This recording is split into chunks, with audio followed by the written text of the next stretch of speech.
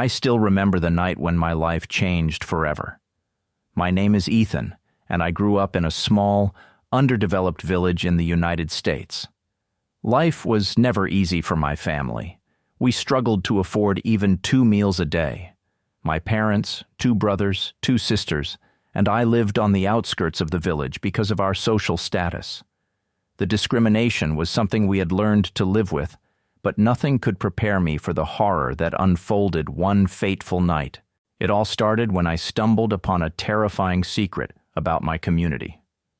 One night, while walking back home, I saw a group of village elders heading toward the dense forest near the abandoned temple. My curiosity got the best of me, and I decided to follow them, hiding behind the trees. I watched in horror as they gathered around a fire, chanting something eerie.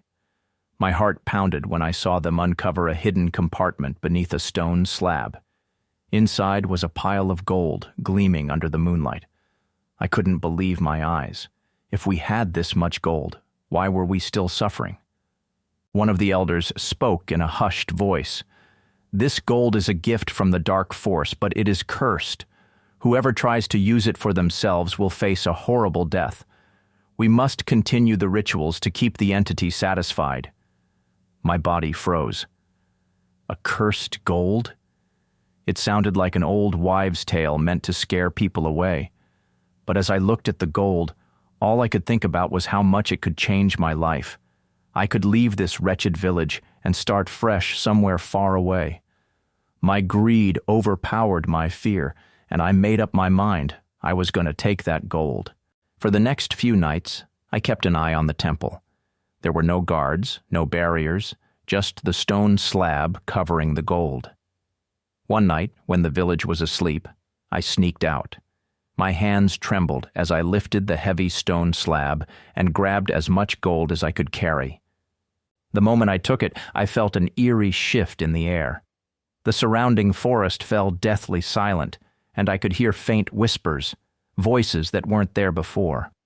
My breath quickened, but I ignored the unease and ran back home, hiding the gold under my bed. I thought I had gotten away with it, but I was wrong. The next morning, the village woke up to the shocking news. A respected elder had died in his sleep. No signs of illness, no struggle, just dead. People whispered in fear, but no one knew what had caused it. Then, the next day, another person died. And the next. Panic spread like wildfire. The elders gathered the villagers, their faces grim. "Something evil has been awakened," one of them announced. "Someone has disturbed the cursed gold." I felt my stomach drop. My mind raced with thoughts, but I couldn't bring myself to confess. Maybe it was just a coincidence. Maybe it would stop. But it didn't. Desperate to stop the deaths, the villagers brought in an occultist from deep within the woods. He was a terrifying man, cloaked in dark robes, his piercing eyes scanning the crowd as if he could see our souls. He performed rituals, chanting in an ancient language, before turning to us and declaring, "The cursed gold has been stolen. The dark force demands retribution." Everyone gasped. Whispers filled the air. Then the worst moment of my life happened. The occultist turned to me. His stare bore into my soul. "You," he said, "you have taken what was forbidden." A chill ran down my spine. My knees went weak. I tried to deny it, but the guilt was written all over my face. The villagers erupted in anger and fear. I begged for forgiveness, but the occultist shook his head. "It is too late. Returning the gold will not be enough. The entity has awakened. It must be satisfied." A ritual was to be performed for 11 nights. Each night, an animal would be sacrificed to appease the entity. On the first night, a goat was offered. But the next morning, another villager was dead. The second night, they sacrificed a rooster. Yet the deaths continued. The fear was unbearable. I couldn't sleep. I couldn't eat. I could hear whispers in my room at night, feel invisible eyes watching me. On the final, 11th night, the occultist declared that a larger sacrifice was needed.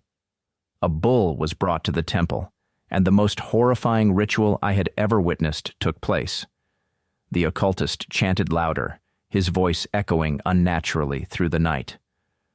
The flames of the fire rose higher than they should have, and the whispers turned into agonizing screams. Then, as suddenly as it had begun, everything stopped. A heavy silence filled the air. It was over. The deaths stopped. The village returned to its eerie normalcy. But I was never the same again. The nightmares never left me. Even after I returned the gold, I felt its presence, its curse clinging to my soul. I couldn't stay in that village anymore. I packed whatever little I had and left for the city, hoping to escape my past. But some things never leave you. To this day, I hear the whispers at night. Sometimes I feel something watching me from the shadows, and I know, deep down, that the dark force is still waiting for me to make another mistake.